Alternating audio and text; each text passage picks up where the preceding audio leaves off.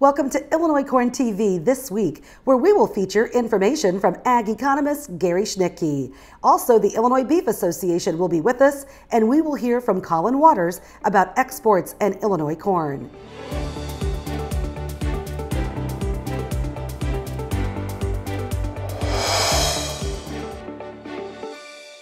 First, the PCM project is producing data, and so far, 100,000 acres have been enrolled. What does the data say? Here is Ag Economist Gary Schnitkey from the University of Illinois. Yep, PCM, or Precision Conservation Management, was started by Illinoiscorn several years ago, about in 2016. ISA, Illinois Soybean Association, is part of the effort now, and other organizations. We're looking at conservation practices, trying to solve the nitrate problem in Illinois and reducing nitrate runoff into water bodies. Well, many of Illinois' row crop farmers are also raising cattle. Here's more from Executive Vice President of Illinois Beef, Josh St. Peters. At Farm Progress Show and throughout the year, we work with Illinoiscorn. Beef and corn are commodities that really go hand in hand. So much of our beef that we produce in Illinois comes from a background where it's fed corn. Beef cattle are one of the #1 consumers of corn that's grown in Illinois, and so it's a natural partnership at the farm level. So many of the men and women who are raising beef are also growing corn, and so many people who are growing corn are depending on beef feedlots as the end source for where their corn is marketed. So we really do go hand in hand as commodities.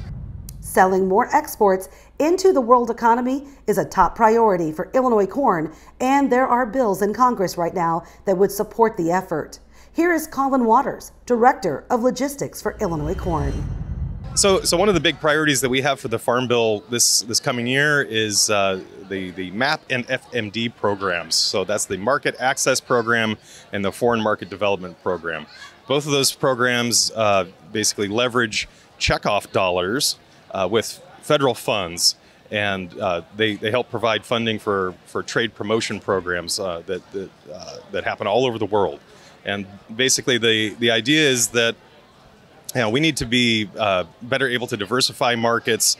We need to be selling a lot more ag products into the world market. And so right now, this year, our corn exports have been down significantly. So we're really optimistic, I guess, that the federal government will help boost some funding for these programs.